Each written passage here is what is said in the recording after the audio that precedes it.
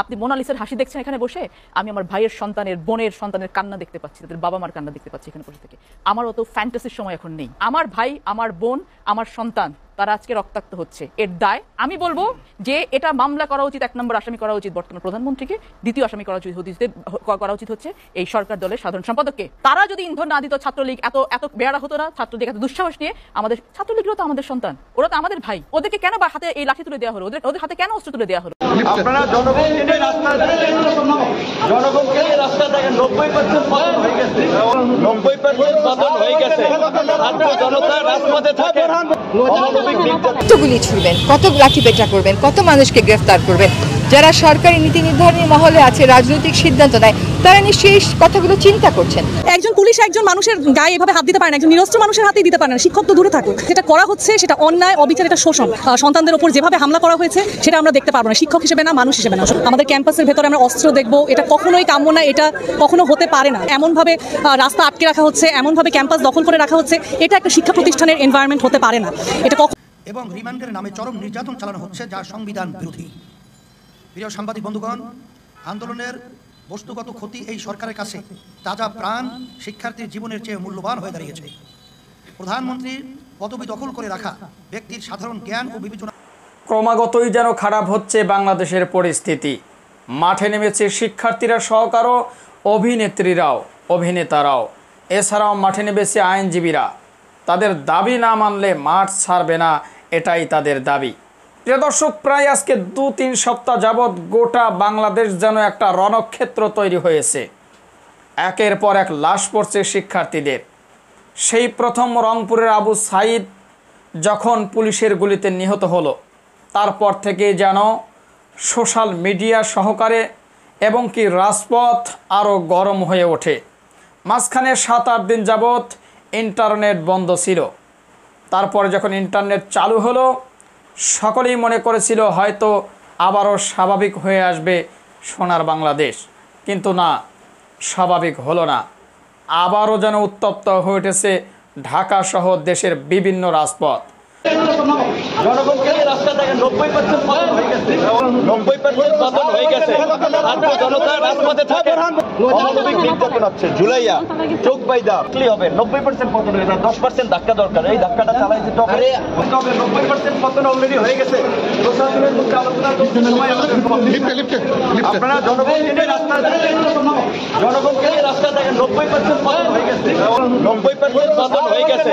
ছাত্র জনতা রাজপথে থাকে, প্রশাসন ইতিমধ্যে আমাদের পক্ষে দাঁড়াইছে। আর মাত্র অল্প কিছু 10% ধাক্কা দরকার, আর 10% ধাক্কা দরকার, তাহলে সরকার শেষ।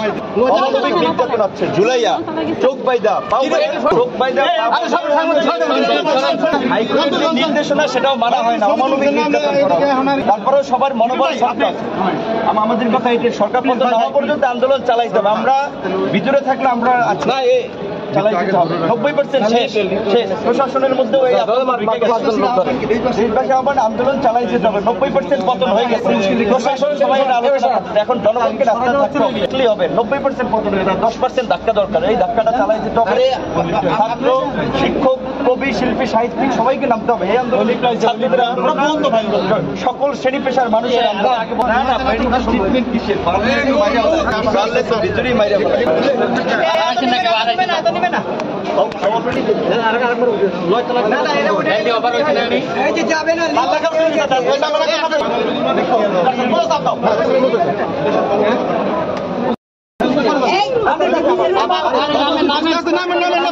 নামিয়ে পরে আসে নামেন আমরা আপনার সদরে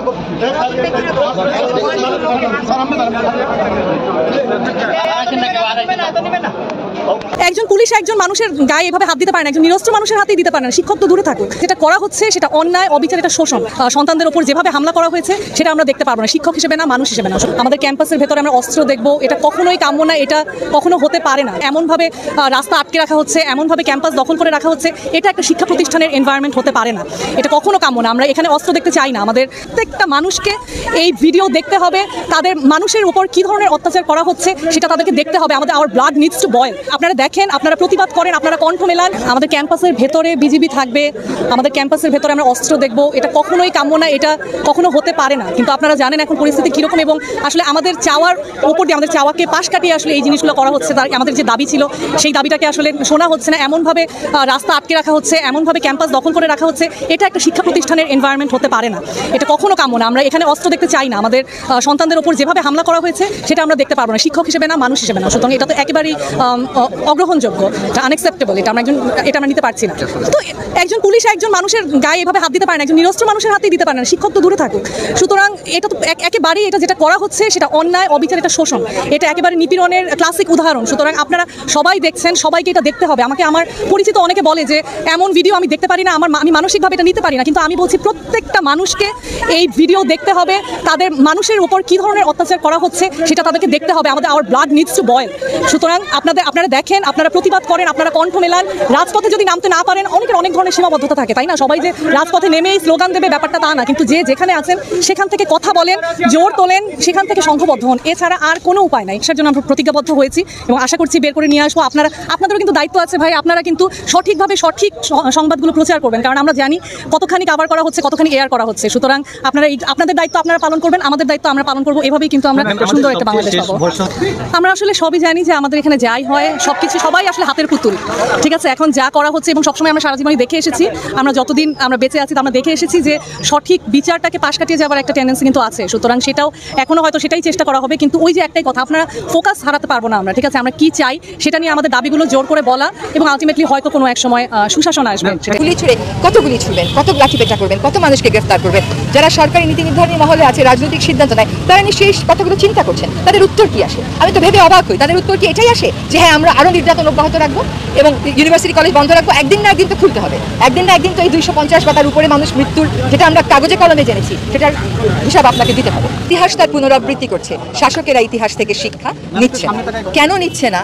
তাদের এই দম্ভের, এই অহংকারের উৎস কোথায়, এটা কিন্তু আমি খুঁজে পাচ্ছি না। হিস্ট্রি রিপিটস ইটসেলফ, ইতিহাস সবসময় তার পুনরাবৃত্তি করে যাচ্ছে আমাদের দেশে বিশেষত, কিন্তু কোনো শাসক গোষ্ঠী সেটা থেকে কোনো শিক্ষা নিচ্ছে না। আরেকটা কারণ আমার যেটা মনে হয় যে এখনো সরকারি পর্যায় থেকে এটা সমাধানের দিকে, এটা আর সমাধান কিভাবে হবে আমার চিন্তা জগতে কিছু নেই, পড়ছে না। তার কারণ হয়তো বা সঠিক তথ্যটা নীতি নির্ধারণী মহলে পৌঁছানো যাচ্ছে না।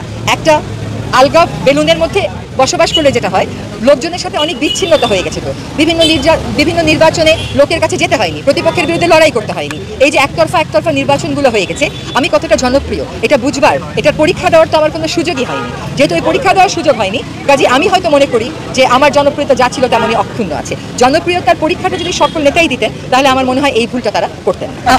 আমার কাছে মনে হয় খুবই শ্বাসরুদ্ধকর, চরম অস্বস্তিকর, কারোর জন্য অত্যন্ত ভীতিকর একটা অবস্থায় আমরা আছি। আমি একজন মা, আমি জানি আমার বাচ্চা কোনো অপরাধ করেনি, কিন্তু এই আইনশৃঙ্খলা রক্ষাকারী বাহিনীর কার্যালয়ে তাকে আটকে রাখা হয়েছে। আমাকে কেউ কোনো প্রতিকার দিচ্ছে না, আমাকে প্রশাসন প্রতিকার দিচ্ছে না, রাজনীতি প্রতিকার দিচ্ছে না, বিচার বিভাগ প্রতিকার দিচ্ছে না। মানুষের মধ্যে প্রতিকারহীনতার যে একটা ক্ষোভ, সেই ক্ষোভটাও কিন্তু অনেক মারাত্মক পর্যায়ে চলে গেছে। সমাজের সকল সিস্টেম থেকে আপনি আদালত আর বিচার ব্যবস্থাকে আলাদা করে তো দেখতে পারেন না। আরেকটা হচ্ছে আমাদের এখানে দুর্ভাগ্যজনকভাবে দলীয় রাজনীতি যদি মানুষের রাজনীতি তো বিবাদ ছিল না, দলীয় রাজনীতির সকল সংস্থাকে, সকল জনগণের যে সংস্থাগুলো আছে সেগুলোকে নিয়ন্ত্রণ করে। একটা পর্যায়ে নিয়ন্ত্রণ একটা সীমায় ছিল, এখন নিয়ন্ত্রণ আর কোনো সীমাই নেই। আদালতের কাছে গুলির বিষয়ে যেই পিটিশনটা গেছে, সেই পিটিশনটা তো এখনও বিচারাধীন আছে। এই বিচারাধীন বিষয়ে আমি কোনো মন্তব্য করি না, তবে সার্বিক বিষয়ে আমার বক্তব্য হচ্ছে যে মানুষের মধ্যে কোনোখান থেকে প্রতিকার না পাওয়ার একটা ক্ষোভ আছে। এটা একটা বিশ্বাস হয়ে গেছে যে কথা বলে কী লাভ, কোথাও তো আমরা প্রতিকার পাবো না। এই যে আজকের তরুণ আন্দোলনরত শিক্ষার্থীরা সেই বিশ্বাসে আঘাত এনেছে যে না, প্রতিকার পাওয়া যায়, প্রতিকার পেতে গেলে তোমাকে রুখে দাঁড়াতে হবে। আশা করি এই পথ ধরে আবার হয়তো সংশোধন হবে, আবার হয়তো সংস্কার হবে। এবং রিমান্ডের নামে চরম নির্যাতন চালানো হচ্ছে, যা সংবিধান বিরোধী। প্রিয় সাংবাদিক বন্ধুগণ, আন্দোলনের বস্তুগত ক্ষতি এই সরকারের কাছে তাজা প্রাণ শিক্ষার্থীর জীবনের চেয়ে মূল্যবান হয়ে দাঁড়িয়েছে। প্রধানমন্ত্রীর পদবি দখল করে রাখা ব্যক্তির সাধারণ জ্ঞান ও বিবেচনা বোধ এত নিষ্ঠুর ও নির্মম যে অকালে ঝরে যাওয়া শিক্ষার্থীর জীবনের চেয়ে ইট পাথরের উন্নয়ন তার কাছে গুরুত্বপূর্ণ। তিনি ক্ষতিগ্রস্ত ইট সুরকির কাছে গিয়ে অশ্রু বিসর্জন দেন।